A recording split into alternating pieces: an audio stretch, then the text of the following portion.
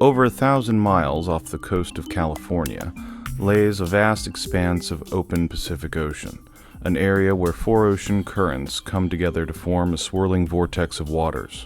The North Pacific Subtropical Convergence Zone, or as it's commonly known, the North Pacific Gyre, is one of the most remote and untraveled parts of the globe.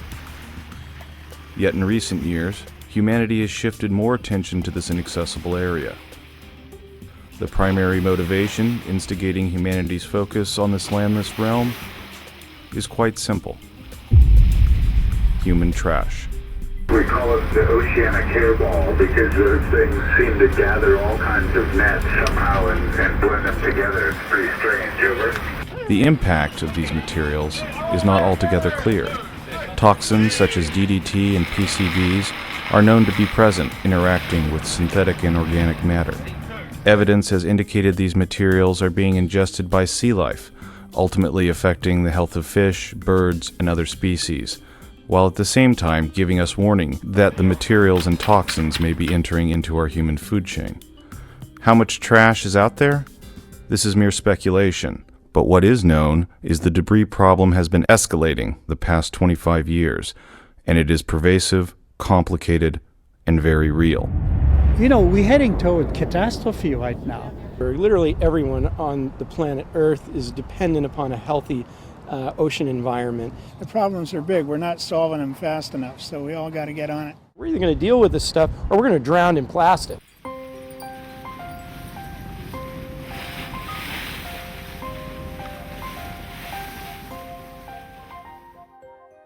I am very committed to finding solutions to this marine debris problem in the Pacific. We are out here to try to accomplish really good science and to really seek solutions for picking up the debris.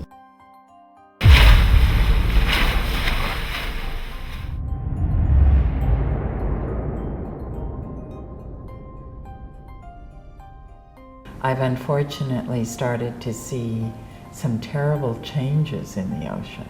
I thought if nobody is taking on cleaning this up, I better do it. You know, this all happened on my watch, so to speak. About 90% of what we were seeing in our trawl sample were polymer debris, and we saw very little signs of life. So here in this sample that we got from our night trawl, we're seeing lots of sail jellies, and within one of the sail jellies, right on top, we found a piece of foam. And we're starting to get more plastic in our samples as we go. What you couldn't see from the boat and what you could see when they brought it up was very disturbing. All of what you bring up, you can't even see unless you're staring right down at it. It's hard to describe it. I mean, if you see pictures of the surface of it and you can't see it. I was surprised. It wasn't quite what I expected. It was worse in a lot of ways than what I expected. One of the dramatic manta trawls pulled up lots of jellyfish and lots of pieces of plastic. And you could see pieces of plastic inside the jellyfish, outside the jellyfish, and you could see the jellyfish ingesting the plastic. And it just makes one realize that a lot of sea life may be ingesting plastic. And this is very bad for the whole ecosystem. There's nothing like an 8-continent or anything like that, but it's even more striking to see the small plastic debris everywhere where we look. Even with the first trawl, just only, I believe, 400 miles off the coast of California. The ocean is our life source. Not only is it a place where we see enjoyment and where we have fun and love it, but it is where we get our life and where we get our breath from. If we ruin it, that's the end of us. The ocean and the earth, they'll survive, but we may not.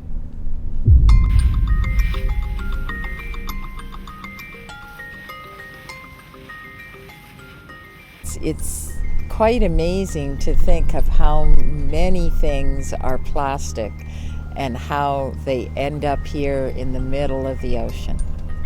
It's not like people are intentionally throwing things into the water all the time. I'm sure there are people who really don't care about that, and they just pitch it over the side of the ship or leave it out in their yard or have it in the back of their truck, and it blows off on the highway, goes in the waterways, and then it's up here. So a lot of it's just carelessness. People really aren't paying attention, and this is where the forgotten things go.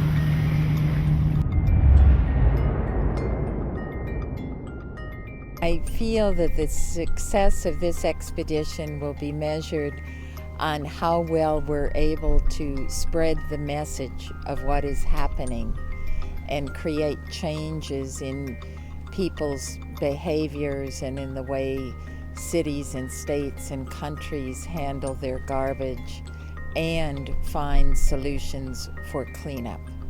And it's incumbent upon us all to really focus our resources to deal with this problem because it's getting worse.